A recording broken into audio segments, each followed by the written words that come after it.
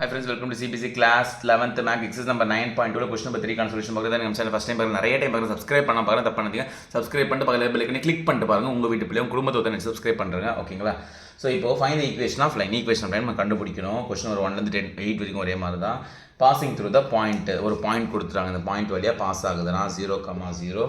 and slope வந்து அதுவும் சொல்லிட்டாங்க m ஸ்லோப்பே m ஸ்லோப் அந்த வேல்யூவே எம்ன்றாங்க ஏதோ நம்பர் ஓகேவா ஸோ இதில் ஒரு பாயிண்ட் இருக்கா ஸோ ஒரு பாயிண்ட்டு அண்டு ஸ்லோப் ரெண்டும் கொடுத்தா என்ன ஃபார்முலா ஈக்குவேஷன் ஆஃப் லைன் கண்டுபிடிக்கிறதுக்கு ரீகால் ஈக்குவேஷன் ஆஃப் லைன் என்ன ஃபார்முலா